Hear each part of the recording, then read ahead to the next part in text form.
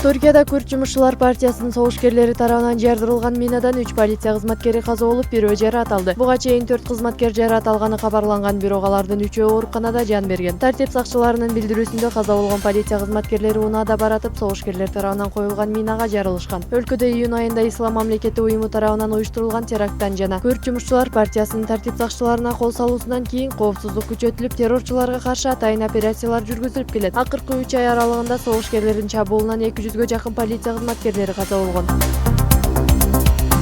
Кытай менен Таиланд биринчи ирет аскердик аба учактарынын машыгуусун өткөрөт. Бул тууралуу эки өлкөнүн коргоо министрлигинен маалымдашты. Машыгуу 12 ноябрдан 30-на чейин уланмакчы. Аскердик аба учактарынын машыгуусу Таиландтын Корат аскердик базасында өткөрүлөт. Аны эки өлкөнүн ынтымагын, коопсуздукту чыңдоо жана биргелешкен ишмердүүлүктү күчөтүү максатында өткөрүп жатышат.